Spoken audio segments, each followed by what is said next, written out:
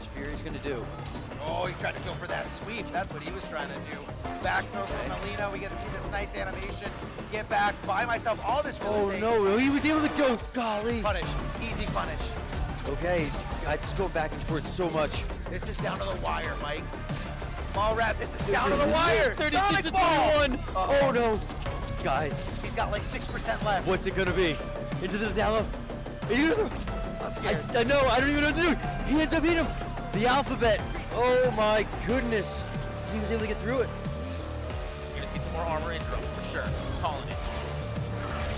These locals gets hit by the same one, however, now here comes the reversal. Force the break. Now what? You're in the corner though. Wait, that was actually nutty. But you're in the corner. That's the problem. Get out of this corner and you can win this match. But otherwise, Alphabet is just in his own world. Ace. We are many. You are both. Maybe. Can't believe. Okay. Oh, get away. Get away. Oh, wait, he's gonna build. No, he's not. Nope, he's not. He's in the match. 334. Nice in the throw, 140 damage. Goes for a low. Tries to sweep, doesn't hit, down poke. Overhead. Tries to escape the score. Break. Alphabet one touch away from taking down Misty, making this a 2-1 game. The Missed same the one whip wasn't gonna connect to the float, but Overhead. look at the cross up. That was beautiful from Alphabet, taking it 2-1 so far. Ooh, there's just something on our hands here.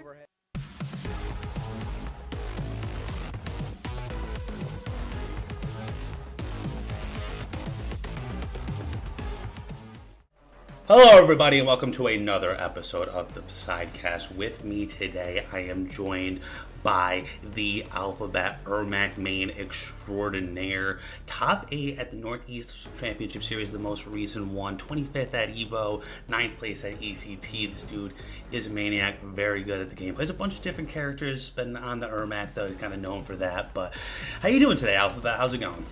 I am so awesome today, Poseidon. Thank you very much for having me on to the Posiedcast. I really enjoy, you know, the variety of players and conversations that you have about the state of the game, about all things Mortal Kombat, and I appreciate the tip of the hat to the accolades as well. You know, I'm not a fraud, I promise. I'm not a fraud. No, you definitely have had some performances. I mean, you were ranked in the top 100 the past two rankings, so you made that. And that's no easy feat. That's hard. There's people out there that are pissed at me, and they're like, people think it's easier than it is, but then you really get down to the numbers, and that's worldwide too. Like, there's killers in South America, EU, you know, all over the United States. Like in Canada, Mexico, you know, just Australia, like everywhere. There's a bunch of really fucking good Mortal Kombat players. So definitely hats off to you for making that. That makes me think too. What just came to mind when you were talking about the reach and the range of, you know, how many killers there are out there, is how many are there in the world that are just completely untapped and not in the scene, that are, you know, that just come out of nowhere. Players like Groxer, who was playing at in Pro Comp in Mexico, and you know, gave Sonic a run for their money. That was a great set. Yeah, and it's just, you know, seeing the level and caliber of player that I get to compete with on a, you know, more or less weekly basis is love to see it. Yeah, no, it's really awesome. You know, we have the online events. I know you are like in the tri-state area, so you're able to hit up the occasional MKNJ, as well as I know you have the local Go for Broke, right? Is that what it is? That's right. Yeah, Kyle puts on Go for Broke downtown Philly. Nice. Who usually goes out to those? Do you have any killers? Are you usually win those, or?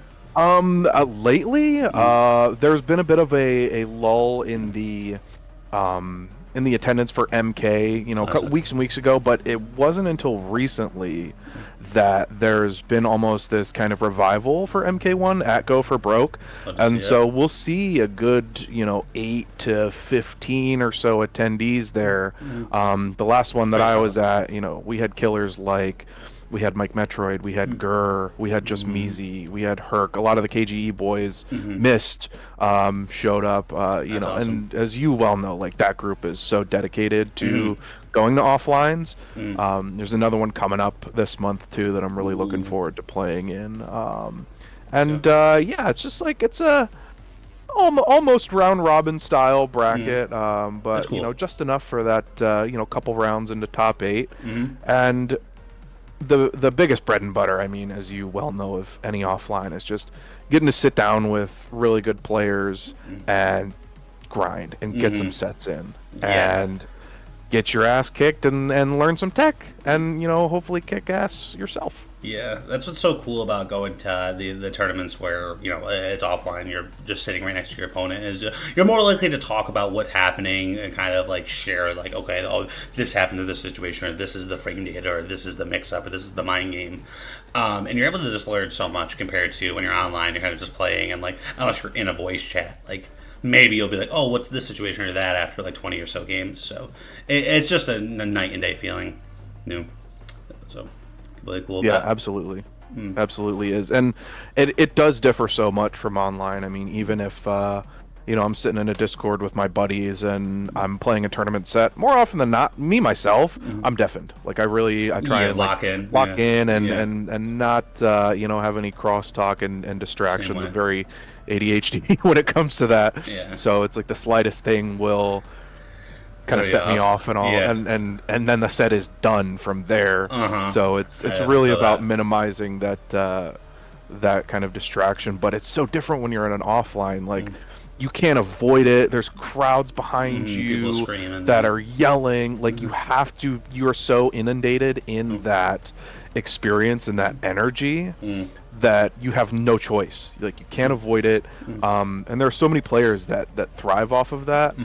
I've never really understood, beside the players that can play without headphones and no game audio. Like I get it. Yeah. Like I get that they feed off of that, but just like how do you do that? Dude? Yeah, especially like you know, at these bigger tournaments. When, you know, a lot of them, they'll have the headphones. They'll have like 2 pairs of headphones at each setup, and I'm always just put that in, try to lock in stuff. Yeah. But yeah, no, it can be hard. It's a challenge. It's definitely a different thing. And it's like what I really like about that like experience is that when you go to the tournament, that's like what you're doing. Like you go and you're competing like for the day, and that's like your plan for the day is just to go and play in this tournament. And you know you think about your next matchup and stuff, or if you're winners or whatever, losers still in the bracket, you're kind of just waiting around for that next match. But when you play like online, like, you know, I'll play a set and then I'll go take out the trash, you know what I mean, talk to my girlfriend, what are we playing, what are we gonna have for dinner, you know what I mean, like doing stuff in between, and it's like it's not fully immersive, you know what I mean, it's not like you don't, well, like you can with like an offline event, even if it's a local or a major, whatever. Yeah, and that being said too, absolutely no shade to online events at all. It gives so many more people access. You got, you know, really good online events like Shirai Ryu Sundays. Woo! Hey, those are really good. You've got Coliseum, Rips Arena. I mean, all the tried and trues. And so many good online events. Demon Lobby. You could go on. The list goes on and on. And speaking of, you know, we got Pro Comp coming up this weekend. You and I, you know, surely both preparing for that, labbing, grinding sets. It's oof, what a bracket, man. I think NA East, NA West is just insane. I mean, like, I don't like to take anything away from, you know, other countries and stuff like that, but I think like those are the most stacked brackets when it comes to like the qualifying for the Pro Comp, which I think is fair because a lot of the Pro Comp events are based in the United States as well. So you don't even have to leave the country to hit up 3 or 4 offline Pro Comp events, when if you're in a place like Australia, you would have to fly over an ocean just to get to one. So I think it's kind of fair that we have more of a barrier. You're right, yeah, dude. For taking those trips, you know, to Final Combat. Yeah, right. Like I actually, funny enough, when I went to, you were at Last Chance Qualifier too. I get there and I put my bag down, and there's just a guy that set up and like, can I play with you?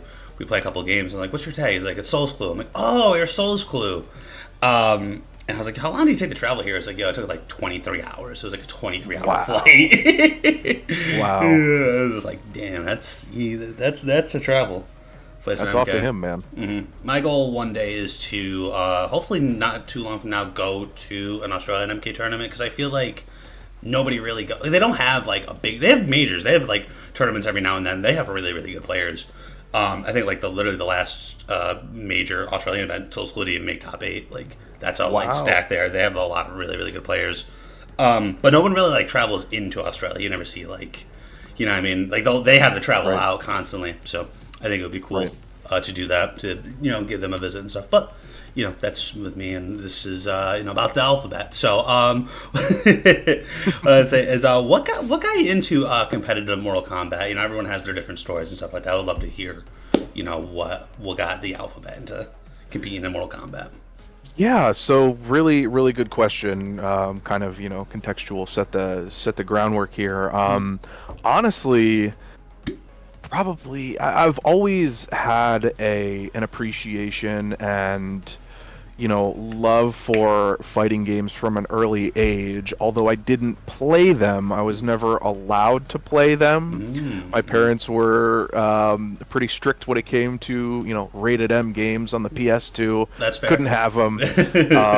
But it really wasn't until you know, around 2010, 2011, high school, where I met the Mike Metroid. We went to high school together. And, you know, we became friends, and, you know, just one of these days, he's like, we played Left 4 Dead a lot together. That's how we became friends. And then he's like, hey, you know, we should play Mortal Kombat.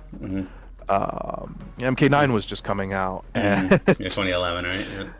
And I am a guy at the time that has zero fighting game experience to speak of. And you got Mike, who has been playing since childhood, since practically 4, 5, 6 years old, right? All the way from the literal MK1 era. And so we get to playing, and he kicks my ass. I understand. For years. But I was absolutely hooked. That kind of really lit the fire underneath me, and created that competitive spirit, was to have that player, to have that goal, like, you know, I want to be that good. I want to beat that guy. I want to dash cancel with Cabal all over the screen because it's cool. And, you know, that was really the origin story of my interest in Mortal Kombat. You know, first tournament that I ever went to was ECT3 back in, I forget what year it was, but it was over 10 years ago at this point. So, like, you know, you had players there like Tom Brady. I played Tom Brady in bracket at ECT3. And just, like, that was, you know, those were the formative years. And I've been playing ever since, not necessarily competitively. I think MK1, I could really truly consider my first game that I've taken very seriously on a competitive level, and have gone to offlines and traveled for and trained to compete. You know, sure, I would pop out to, in the MKX era, Injustice, MK11 era, like, you know, Winter Brawl and locals and things like that, but never really took it super seriously up until recently. And man, dude, the community that I've found and have become a part of is, not to get like super sappy and emotional, but like so freaking awesome, man. There's so many people, like, not just in the tri-state area too, that I have met and become friends with over the years through Mortal Kombat, that have just, you know, really, really helped me improve as a player, improve as a person, and just have a whole lot of fun along the way, man. Yeah. really, that's kind of the in a nutshell arc of the alphabet. And now we're here, Yeah. getting On ready the for Pro Posiedcast. Comp on Sunday. Yeah, Yeah. on the Posiedcast, getting ready for Pro I Comp made on it. Sunday. You made it. You made it. I made it. All I'm the on way the to the Posiedcast. Posiedcast. Yeah, right, man. That's awesome.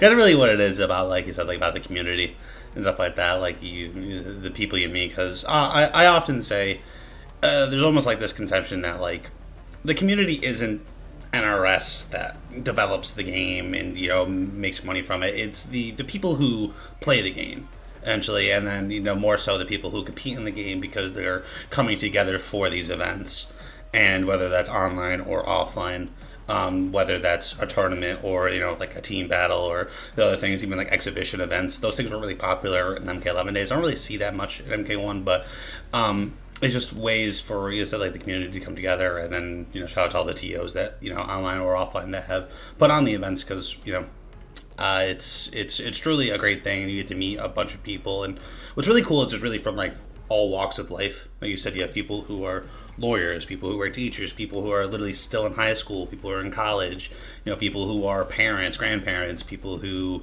do all walks of life just coming together to bond and play this video game. And it's an awesome experience. Like I said, it was cool. Like hearing your origin story just kind of reminded me of all that. Yeah, it truly is, and it's something that I'll always be very grateful for. Is just that one time, going over to Mike Metroid's house, it's like, hey, let's play some Mortal Kombat, and the rest is history type deal. So Yeah, that's where it's at. you love to see it, man. I love to see it. So you have been I wouldn't say recently, probably for pretty much since he's come out, been on Ermac. I remember before that you were on a few different characters. It really seemed like someone who kind of played like the cast or had like just a bunch of characters in their pocket. Is there something about Ermac that has kind of made you stick with him, or do you think you just find it easier to play one character? Yeah, what's your opinion on him? That's a good question. Honestly, I've kind of had the tendency since MK9 to at least make the attempt to get in the lab and have a very like base level understanding of each character, and be able to execute B&Bs, and have a Jackie Briggs and have a Kotal Khan, and have a baseline understanding of the cast. But it really hasn't been until recently that I've kind of tried to form this discipline around sticking with one character and developing my layers so much more with them that I otherwise wouldn't be able to if I was just kind of hopping from character to character. 100%. That's kind of been the trend in the past, and while that has served me well competitively, I get a better understanding of the matchups and the nuances, and what buttons is Tanya going to want to press here, what buttons would I press here, how would I respond to that. But honestly, what has made me gravitate towards Ermac the most is his design. Like, it goes without saying that he is an insanely strong character in the meta of this game. Unfortunately, I don't think that there is enough Ermac representation out there. I think at the absolute highest level, Ermac is easily a top 5 character in the game, especially paired with Janet. And I think that he's one of those characters that has undoubtedly the best synergy with Janet, and very little other cameos too. You don't see very many Ermac Darius, right? And you don't really see Darius that much at all, I get what honestly. you're saying, yeah. Unfortunately, but he has this primary synergy with Janet, and kind of backpedaling to his design. Like, I absolutely love, first and foremost, like how he looks, how he plays, how he feels like in my hands, so to speak. Pause. And we are money. But yeah, so initially played when I was playing MK9, Cabal was my main, and so he Mm. was a very execution heavy, dash cancel heavy character. And Ermac is very much one and the same. I've played him back in the MKX days. Super busted character, certainly not top 1 by any means. Still very good. But I think the tools that he has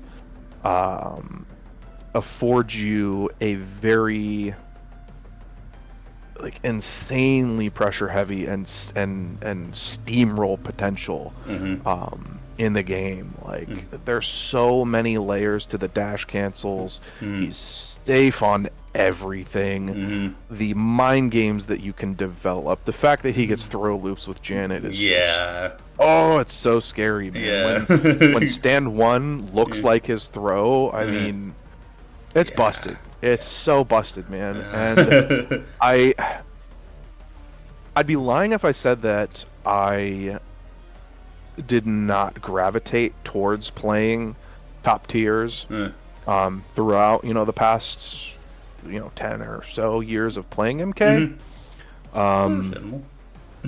It's, it's a balance, right? About finding, what I want to get out of the game. Do I really want to play to win? Or do I want to play to have fun and be satisfied in my performance regardless of who I'm playing? And I've found a really kind of happy in between there with Ermac. It's just having just turned 30 recently, it's like it feels good to play a character that I really like and still be able to hang with the young guns and go toe to toe with them. So that's kind of nutshell, not really in a nutshell. I expanded upon that quite a bit. But yeah, that's really why I like Ermac. He's just kick-ass character, sick design, very powerful, very strong, and just feels right as my main. Yeah, it's getting those 60% combos must definitely be nice. It's like it's so, because he said like the strike throw is made so much more dangerous. The fact that it's like, all right. Because, like, a lot of the time, like, even in previous MK games, or even in this game, it's like, I'll just take the grab. Like, I'm not going to get hit with this huge this combo, but Ermac is... I mean, other characters that throw combos, but particularly him with his cancels, like, it's like you can call it out, but then it's like, all right, you get hit once, you get 60, you get grabbed, you be 20 into a safe jump. So it's like... And then it's like, all right, you're doing it all over again. And then... So, I can see... I love playing Ermac as well.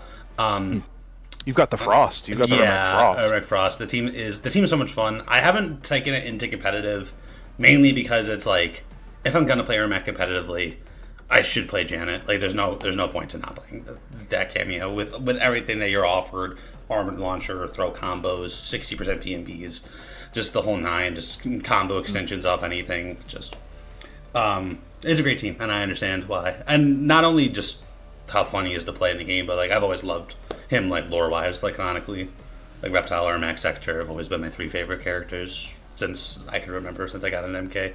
So I'm like Mike. I started playing when I was like 5-6 years old, and those have always been my favorite. So some of the OG ninjas, yeah, exactly. UMK3 was my my like introduction into MK, and then just been I played casually for a while. And now I'm here, on the Posiedcast. Yeah, the Posiedcast. Yeah, I made it. Let's go. It's awesome. So now we talked about Ermac and stuff. What is your current feel on this meta? I feel like we've gone through so many shifts. From the first meta being kind of like you just kind of want to chip them out and kind of safety, and now we've kind of changed to more of like now you have like these hard to blockable setups, these mix-ups that lead to these crazy situations. How do you feel like the game is now compared to previously? I think if you're looking at it in the scope of the game's lifespan, it might be controversial to say, but I think the game is in a really good state. And kind of thinking out loud, I'm quite sure that there are a lot of players that might agree with me on that. Yeah. And it's so interesting to see how it's evolved, how people have adapted the cameo system to fit their play style, to fit the meta, and how that has changed over the past it's been like 2.5 a year and a half. Came Year out and a half. in September 2023. We're in April 2025, so about a year and a half. About a year and a half. Okay, longer. okay, yeah. For some reason, I think it's been 2.5 years now. It's wow. But That'd be fine. bottom line, like it's certainly not stale. Where the game is at right now, there's, as far as balance goes, there are very few outliers that I think would really necessarily need to be adjusted. I mean, you see things like Cyrax and Serena with Sonic Fox, and you think, oh my god, like that's insane. Something does have to be done about that. But by and large, where the meta is at right now is put your opponent in a hard to blockable situation, make them guess for their life, and then be able to rinse and repeat that and set play. That's something that I'm very biased in saying this too, but something that I enjoy very much and kind of thrive off of, which is a double-edged sword, right? Like MKX is really kind of where I found my footing competitively, and started understanding the flow of an NRS fighting game, and a lot of MKX is mix-ups plus frames, armored launchers, set play, steamroll, like from 100 to 0, steamroll your opponent until they're dead. And so that's a big approach that I have taken with me into MK1, and it's very much rewarded in this meta. But to the contrary, the other edge of that sword is, my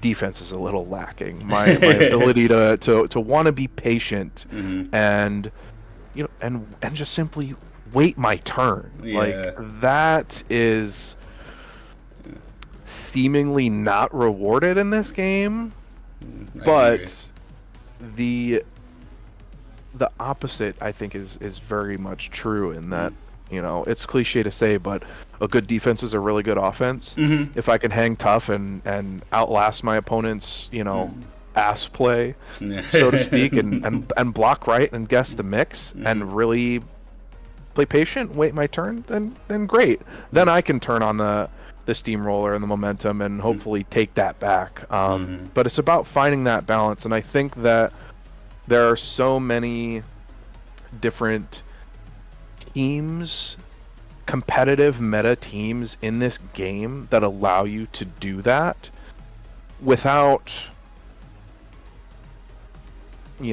having just really boring, unfun, like skip neutral tools like we saw kind of towards the beginning of the game's lifespan, towards the middle, like kind of, the Peacemaker era, PM, PM Jade Glaive, like that's really all you saw. And even the Homelander Pharah meta had, more or less died down since he's been adjusted. You've got character loyalists that, continue to play Homelander, like Mist, that still crush it. But, I think it's really good and healthy to see that there is no one best character in the game, best competitive meta, and that's super definitive, right?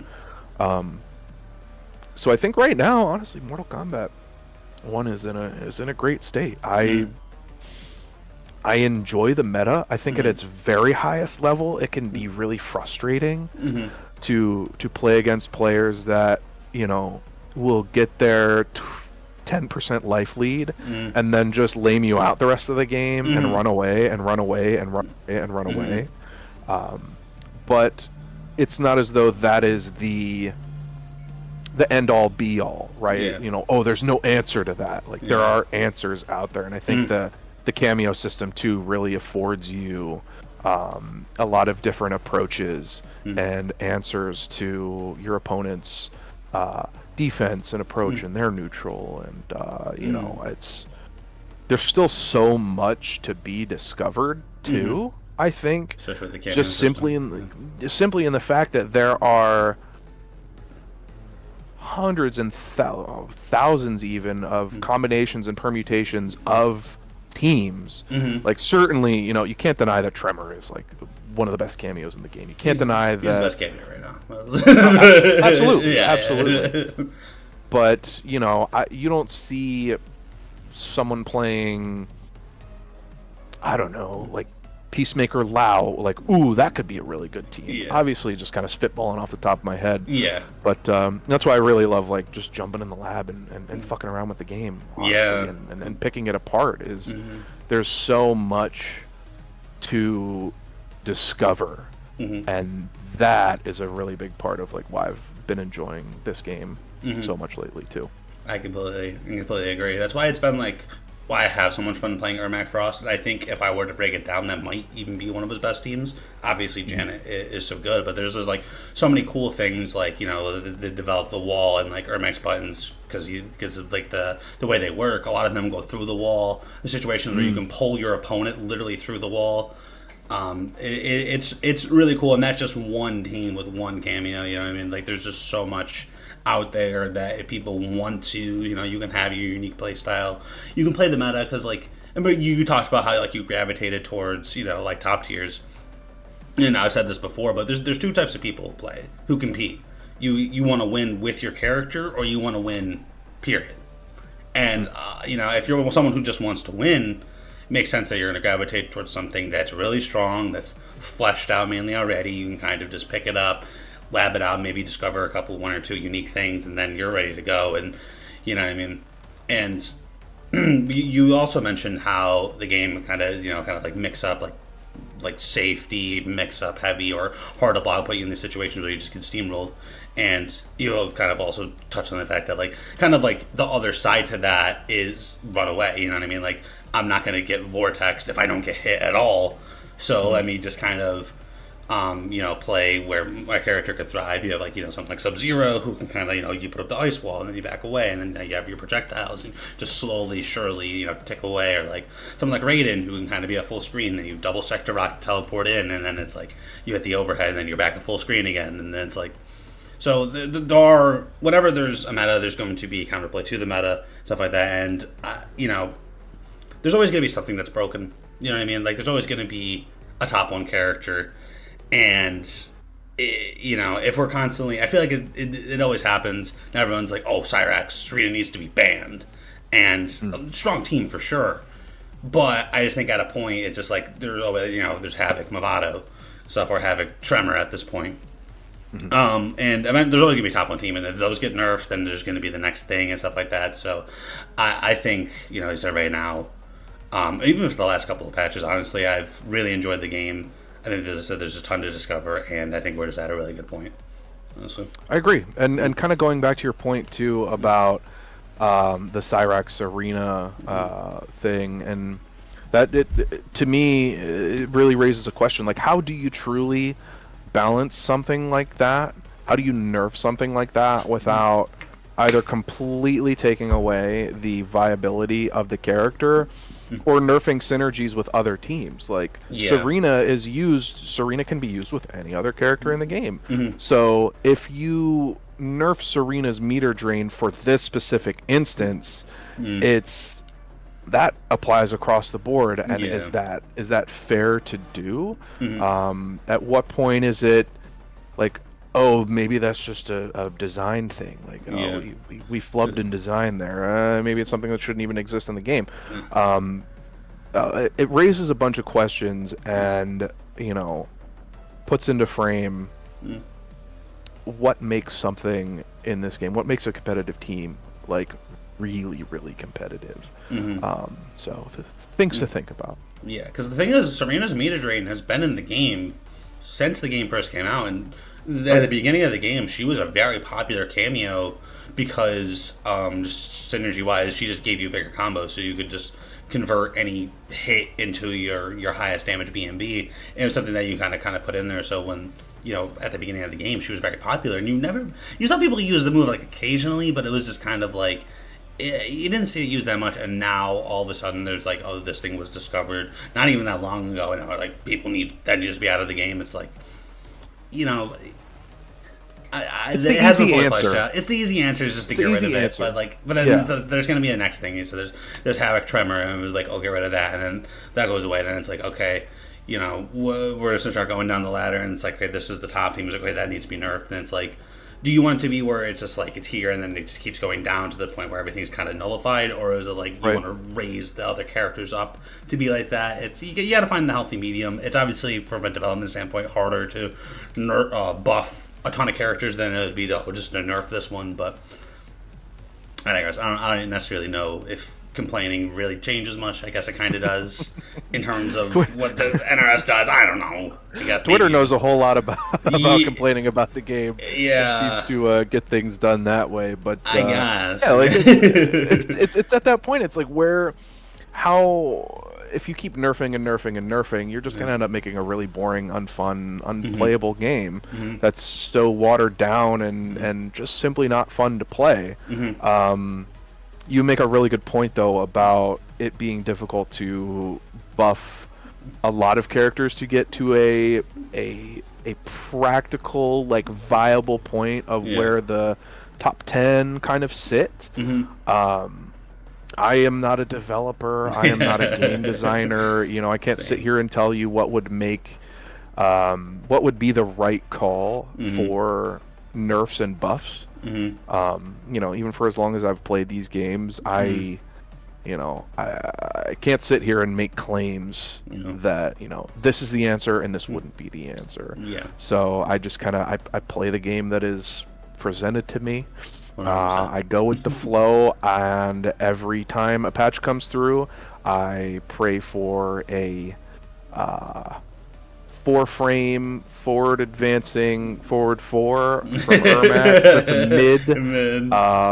That leads into a 50-50-50-50 and permanent Death's Embrace. Yeah, You know, those those are the kinds of things that I want. That'd be crazy. Anytime you have meter, you don't take damage.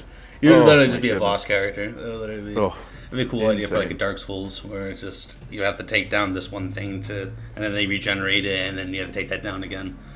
Yeah, That would be a fun little challenge for maybe another game. This game, not that though.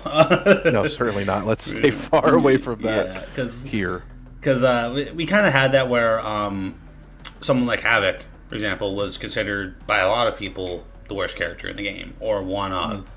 Then one patch comes out, and then he was like, he is by far the best character. They have nerfed him a couple times already since then, and he still is like one of the best characters in the game. And that kind of goes to show, like, it's not that easy. Like, sometimes it's like, you saw it with Peacemaker, it was like, okay, like, oh, we'll do this, we'll do this, we'll do this, and they was like, still broken, still broken, still broken, and then there was like one of the patches was like 15 Peacemaker nerves, and it's like, alright, this character's the worst in the game now. So, yeah, and then like, he goes from the absolute apex to, you know, this character sucks. Why would I ever play him again? Yeah. But you do, you know, now you've still got people like Pure and, you know, Mighty Unjust that have like really good peacemakers, like scary good peacemakers. It just calls into question, like, oh, on paper, this seems like it's, you know, a really significant nerf, but you've also got players, you know, quite the contrary. You've got players out there that are making these teams work really well. Yeah.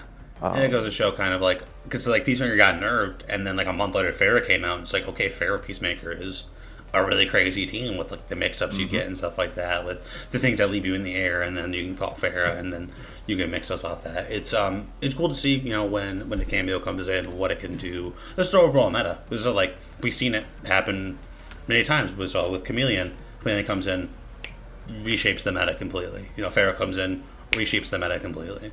Movado, kind of, in a way, like Movado, Janet, like probably two of the strongest cameos, two of the stronger cameos in the game, for sure. Absolutely. But yeah, it's just really cool to see, you know, how the meta shapes and develops and stuff like that.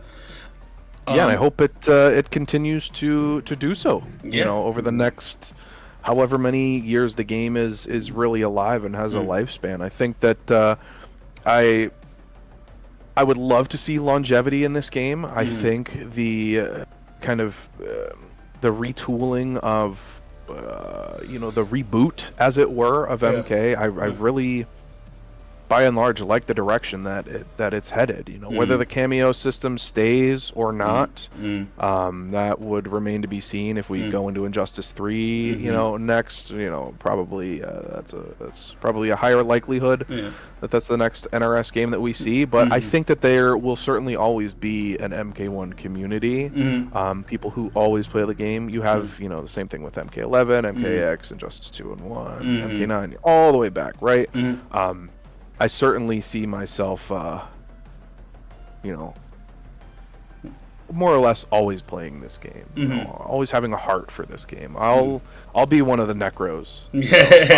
I'll play this game well into the future, and still go toe to toe with you. There's no doubt about that. That's awesome. I mean, I know a lot of people didn't really like MK11, but I did, and I'll still go back and play it from time to time. Like, there was a time where Vape Coach was running tournaments, and I entered all of them. NEC hosted MK11 tournament, I entered that. And, if there's ever any tournaments, like if there's a major to have an MK11 tournament, I'm entering it, if I'm going. And, what did you play in MK11? I played Joker. Joker, okay, that's right. Yeah. So, they didn't have any of my, like, I talked about how I had, like, my three, like, favorite characters, and they didn't have any of those. So, I originally gravitated towards one of the new MK characters. That's usually what happens if I don't have any of my, like, OG favorite MK characters. I'll try to, like, play one of the newer ones. So I tried Collector and Garrus. I really loved Garrus. Garrus was so much fun. And then Joker came out, and as soon as I saw that he had Fatal Blow Cancel, I'm like, dude, this character, this is gonna be my main.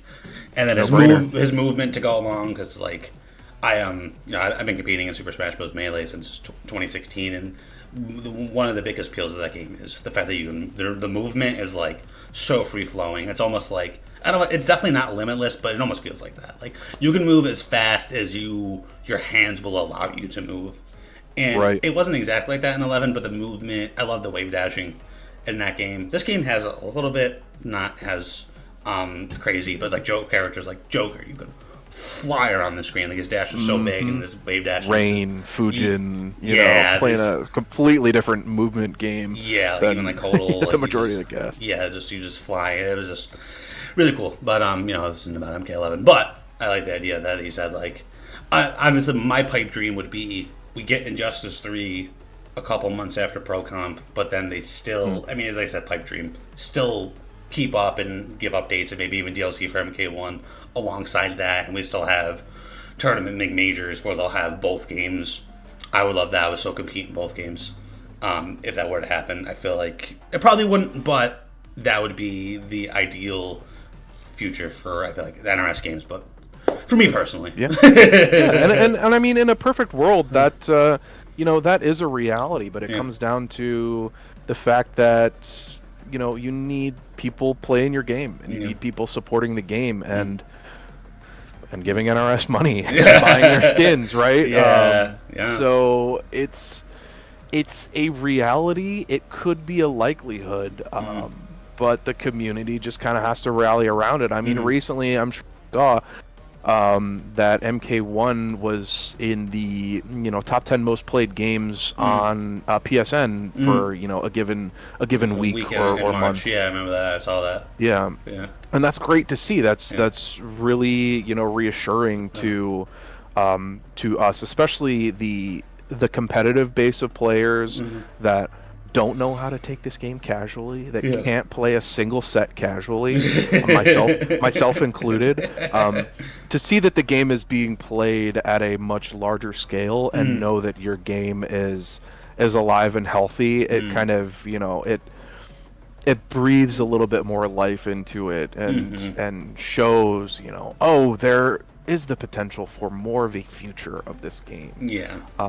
So I know I'm always going to be one of the ones that rallies behind it and that says, go to your locals, support your locals, enter a tournament, pick up a controller and play, man. Simple as that. 100%. You've ran your own events, the ABCs of Combat. You ran a couple of those. I think it's important to try to do something to give back. That's kind of how Shiraria TV started. Originally, we were just running it. Not Skash, the guy I run. events with, or at least you maybe you heard of them. Oh yeah, I know Skash. Yeah. Yeah. We were just running events on his channel. Like, I was TOing my local Smash tournaments and stuff. I'm like, we should just run tournaments. And, like, it wasn't even about, like, trying to grow or develop something or start a brand or something like that. It was literally just run tournaments to, give back to the community that I enjoy.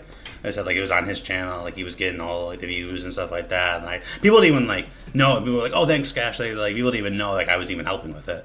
But, that's obviously not what it's about. It's about, giving back. So, people that do that, like you said, running events, like you said, like you've done, running online events, running a local, or helping out with a local, being someone that shows up and sets up or runs the bracket or something like that, or just helps out and stuff. That all goes a really long way in developing and growing. And, it's just cool to have, you know what I mean? Like, obviously, the big prize pools and stuff, I feel like those are the things that are going to get people out and that kind of give the thing legitimacy. But it's not necessarily about, like, obviously, we all have our jobs and stuff like that. We all live our life, and then we come to do this kind of, like, as a hobby. But having those additional things is what, gets people out and gives life to the community in a way. Kind of, like, allows it to have a pulse and continue to grow, Yeah, and the money is nice and it's a great incentive, but there are one of us that I can think of that can make a legitimate living off of playing an NRS game competitively. Yeah. Of course, there's more than that. It's it's not just Sonic Fox. You have players out there that supplement their living through streaming and through YouTube, and it's awesome that that those platforms are out there. Yeah. Right, and like that kicks ass, and that's great, and it grows the community, and it gives more life to your game. But I don't think there's necessarily players out there that are going to majors to make a living, and going to tournaments to, like, this is my income. Yeah. So at the end of the day, right, for the vast majority of us, it is a hobby, and that's all well and good too. Like, if you have the means to make it your hobby, that's great. Just don't quit your 9 to 5 to change that. Yeah. Unless you're some kind of prodigy and, like, yeah, you absolutely should be quitting your 9 to 5 and playing the game. But those are very, very few and far between. Or you're just someone who's young enough that you don't have a job yet. Or someone like like, I mean, if you can go to your local and win, that's maybe as much as working, 3 hours after school at McDonald's, No kidding. No, you're absolutely right about that. Yeah. And that's and we're kind of coming full circle here too, where, in order for that to be a potential reality for, that kid, got to have people going out to that local and put money towards the prize pool and supporting the scene. So it's this self-sustaining kind of mechanism, or machine or system or whatever you'd want to call it. And I think more often than not, the folks that really care about the game and care about the community will show up and will continue to do so. And that's where I like to and want to position myself in the overall, like, MK1 scope NRS or just game. NRS Scope. Community. Yeah. 100%. That's kind of like, like the theory behind it is, you could have a nice healthy local, and maybe you got like one or two like really, really good like prodigy players, and you get them to come out because there's a bunch of people, and then they could win a decent amount of money, and then they use that money to travel to the bigger tournaments and stuff like that, and kind of like allows people to do that without also having to break the bank in a way, but that's all pretty theoretical. It's just Right. I see like that happen in like the Smash community and stuff like that. Like I don't know, like Smash for example is completely grassroots. Like there's no big company, there's no NRS running a pro tour with these stops and stuff like that. They just people that kind of come together, and I mean Smash is like the most popular game in the world, so like you just naturally have people like you know, you go to a random town in a city and they'll have a 15-player Smash local. But for MK, that's like, you have 15 players going to your local, you are in the most dense region for Mortal Kombat in the world. Yeah, Like, yeah. Shout out MKNJ. yeah, right. Like, I think about that, and it's like it's funny. Like MKMJ, I talked about this before. Like you go to an MKMJ and you'll run into the best Shang Tsung, the best Garrus, and the best Sub-Zero like in the world. Just like at this like local on a Tuesday night or something like that. Like, And you're playing them first round. too. yeah, in the first round, and you win the tournament, you win like $15, and it's like. It's awesome, man. I'm gonna come back next week. Like, Oh yeah. I have to drive like an hour and a half for my my like local, which isn't very local. But you know, you do it, and you know, they're showing up as a big thing. That you know, the more people show up to people's streams and stuff like that, just the bigger the community is, and the more people will be able to see it and become a part of it. Because I think it's an awesome thing. It really is. It really is. And you know, forgive me for being a little corny here, but it's about the friends we made along the way. Yeah, Right? For 100%. You know, Yeah. the fact that you're hopping in the car and going an hour and a half out of your way to go to a local is testament to the fact that like you really give a shit about the game. You give a shit about the community and your friends that play it. Yeah, You know. 100%. And it's like, it's also just like people.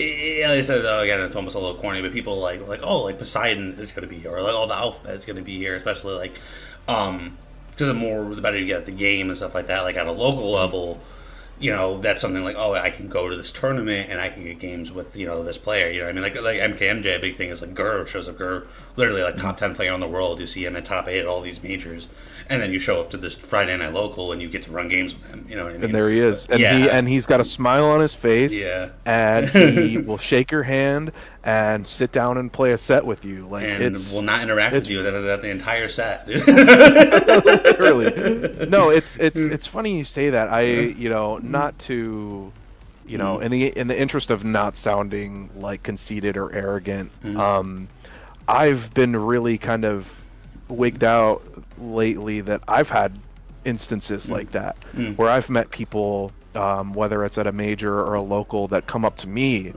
They're like, "Oh shit! Like you're the alphabet. I love your Ermac, man. Yeah. Like you want to play?" I'm like, "What do you?" I'm like, I'm just a guy. dude. Yeah, like, what right? are you talking about? What is this? Yeah, it is definitely. I feel yeah, sure. Yeah. So that's pretty surreal, but yeah, building that community, building that notoriety. It's nice. It's Yeah. nice. It's cool when someone comes up to you and it's like, "Yo, you have a sick reptile, man. Yeah. Like let's play." Yeah, no, it is like I said, like surreal almost. Like it's like, I mean, and for me not to brag, you know, I don't mean to do that, but like that I'll have people being like, oh, I watch your streams, or you know, I watch your content, I watch the Posiedcast, and it's like you look at the viewership and it's like someone driving by that, like, but it's like, you know, like, oh, you get a couple hundred views, but like in the grand scheme, that's like there's 200 different people that watch this podcast. Like that's crazy to think about. You know what I mean? That's a lot of people that decided with an hour of their day they're going to sit down and listen to Poseidon and the alphabet talk about Mortal Kombat. You know, and even further than that, Yeah. it's, you know, even if it's just one, you're reaching that one person to generate interest in the game, and they will go out to that local and they will show up and be like, "Yo, I love your streams. Yo, I want to play the game. Yo, you got me into Mortal Kombat. That was a sick combo that you did on stream the other day. Blah blah blah blah blah blah blah blah." Yeah. So it's that's really where the reward in you know, content creation and participation in the scene lies, is helping it grow.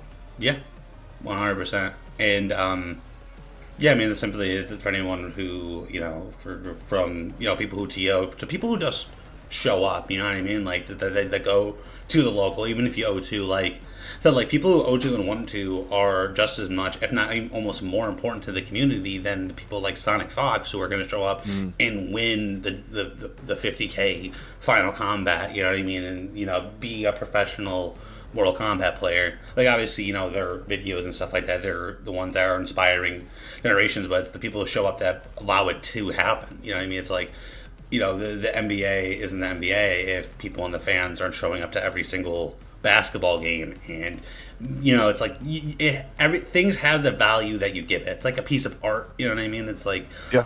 you know, I could paint something, and then, you know, Leonardo da Vinci has a painting, you know what I mean? It's like, it's the value that we've given it over the years is what get people to eventually like find it more interesting.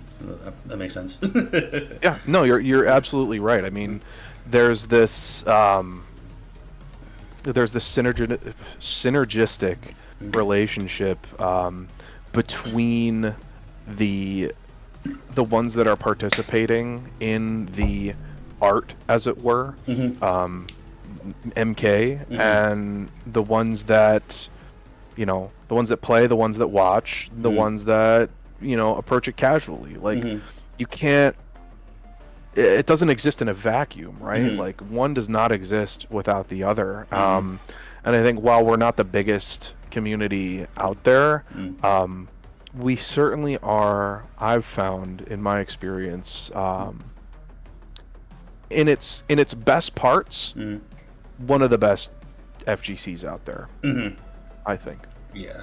And you weren't at the last couple of majors, but I flew out to Chicago for Frosties, and I went to Texas for Texas Showdown, and just the community events that happened. You know, obviously you had the bracket and stuff like that, and that's so awesome. And it's funny because at Frosties, it was like this big tournament where there's just 4 setups along the wall in like the backmost corner of the room, and there's just 80 people that just can't wait to play some Mortal Kombat, and watching all these sets happening, and some of the craziest sets, you know, Game 5, Last Hit, pop-offs, that will just never exist, you know, on like a video or anything like that, because they all happen off stream. And that's just one part of it. And then it's like, when I flew into Frosties, and that Thursday there was like a team battle. It was like the Midwest versus like the Invaders, and I got to play in it, and I didn't do well. But it was just, you know, it was cool. And then afterwards, like, a bunch of the people in the community went out to get, like, in Chicago, they have, like, you know, a deep dish pizza. I'm sure you've heard of that. Yeah. What's that? What do you mean? What is this pizza? Hold on. Please explain to me in detail.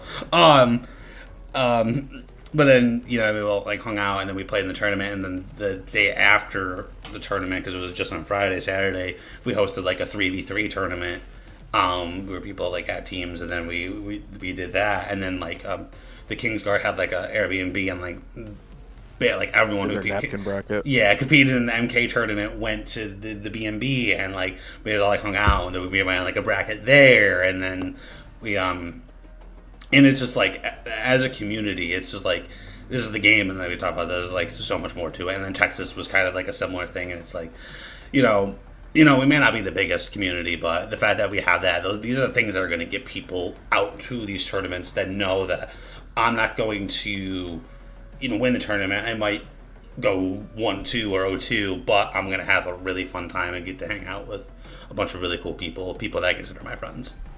Yeah, that's what it's all about, man. I mean, you know, things like the barbecue too that KGE put on at Texas. You know, I'd be lying if I said I didn't have like major FOMO. Yeah. Of course, for the event overall, just Yeah. like, you know, that's what it's all about, man. Is building that community, going out and having a good time, and you know, it's as of late, it's really seemed like, whether I am participating in it or viewing it from afar, it's this community of people that go to majors that they're literally, it's all just a big group of friends that are reuniting and hanging out and playing the game for the love of it. And it feels so close-knit, and as the game evolves and as time goes on, those relationships develop, those rivalries develop, and those events start popping up more and more. You know, barbecues, 3v3s, napkin brackets. It's man, you know, it propagates itself, man. I just like, the more I play competitively and the more I participate, the more I want to do it. Like Yeah. it's very just like hits me in the brain with that serotonin. It's like I need more of this. Yeah, 100%. And it's really cool to have something where you can kind of almost like see yourself progress, and maybe maybe you're a content creator and you see you're following it a little bit. Your streams, you have 3 or 4 more people than you did a couple months ago, or as a player where it's like, oh, like you're doing things, or you're able to understand the game at a level, or like be able to make reads like, okay, I realize that when I do this, my opponent likes to do this, and you're able to pick up on those things faster. It's really cool to have that thing that you're progressing in. It's kind of like the gym, you know what I mean? Like you see yourself like, well, I'm getting stronger. It's like, I'm actually getting better. It's like, oh, I'm getting better results. I'm able to beat people, or I can play with people that like I couldn't. And it's not a lot of people have that. Like I talk to my friends outside of the FGC, and a lot of people. I mean, no offense to them, but like they work their job and then they go home and they'll watch TV, or like maybe they look forward to a vacation, and that's really like what they do. You know what I mean? So the fact that in the FGC, MK community, we have something like that where not only it's a community of people that you can bond with, but you have something where it's like you can have that like progress, and it's kind of like almost like that serotonin like you talked about. It's like when you get that bracket run, when you make that top 8 or something like that, when you get that medal, it's just like, I achieved this thing. Like I worked really hard and I got it, and it's just a really, really good feeling. Yeah, it's a goddamn good feeling to have, man. Looking back on the past year and a half of the game, back in the first ECT, you had a couple 100-person bracket. I think I went something like 1 and 2. I didn't even break like 156 or something like that. I had a really poor showing, but then the following ECT, going toe-to-toe with Beancell, last game, last hit interaction, almost getting that top 8, getting 9th place, but to see that arc and see that progression is insanely rewarding, and kind of piggybacking off the comment that you made about it being that hobby where you can find so much like reward in your growth and satisfaction in the ways that you're participating. I could sit here and glaze it all day. Yeah. Let's please cut me off if I'm yapping too much about how cool that's where the money is, in the yapping. The more you yap, more money I'm gonna make, and it's gonna be great. And the more people are gonna want to watch and stuff like that, it's gonna be awesome. So keep going, please. I completely feel that. It's just cool, like you talk about that. Because I went to like a Smash Local. I won my Smash Local last night. I was just thinking, like, I remember going to tournaments when I first got into it, and I would go like 0-2, 1-2, 2-2. I just kept showing up. You know what I mean? And eventually, if you're someone out there, who you may feel like you're not that good at the game, a lot of them you just gotta keep showing up. You gotta keep showing up. Play the game when you can or when you want to or whatever. And there's opportunities because, one is that you're eventually going to get better just with time, repetition, stuff like that. But two, like, people are going to go away, and eventually there's got to be someone who's going to be the best. So it's like,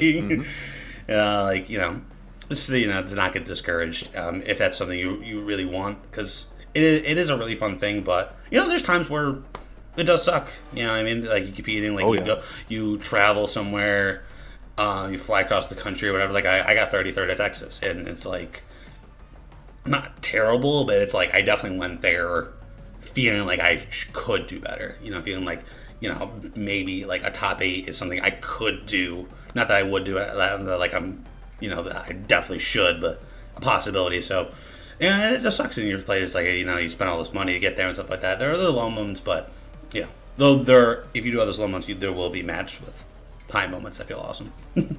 Absolutely, and it's so like you need to have those lower moments and those defeats and those kind of soul crushes if you really want to be better and get better at the game. Because what are you going to have that is a driving factor for you to improve if it's not that? If it was as easy as and I can try, and I lost.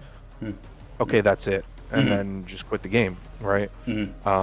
So And as time goes on, you've got these, you've got people like you and me and so many other players out there that acknowledge the fact that they want to get better at the game and that can take those losses on the chin and, do their best to learn from them.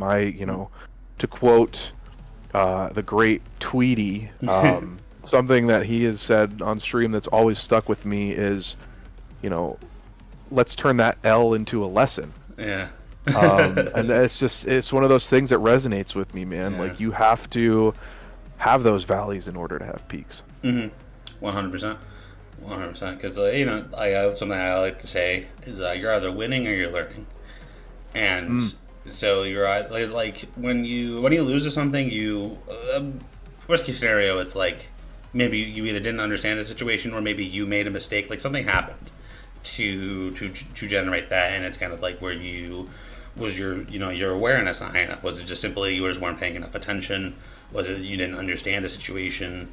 Was it that you simply made a mistake, you made an input error? These are all things that you can correct for the next time, and it's whether you're going to take that away or, obviously not to, obviously Twitter or something isn't the best place, but you see a lot of people like, it's like this game sucks or, this character's broken and stuff like that, and it's like it's understandable to feel that way. Like, sure. I think everyone's kind of like that. It's almost natural. Like when I lose, it's like you almost want to like, oh, he's playing so lame, or like this character's broken. Like you almost want to jump to that. It's like your brain just wants that like excuse. Yeah, I'm better. They're playing like ass. Like, yeah, but it's such an important part of growth is being able to like acknowledge your mistakes and being like, oh yeah, I fucked up there. I made the wrong choice. I did the wrong thing. I need to improve. In XYZ situation. It's so much easier in default to just be like, they suck, I'm better, I shouldn't have lost that. But you'll get stuck in that loop. There's definitely plenty of people who do that. And there's I'm not going to name times. names. I'm not going to name names either. I don't trust me. I won't name any of those. But yeah, everyone's been there. But I appreciate you coming on. I've had you on for a little while now. Is there anything that you wanted to speak on, maybe give some shout-outs, or any questions that you thought maybe I would ask that we didn't get to that you would like to say at this time?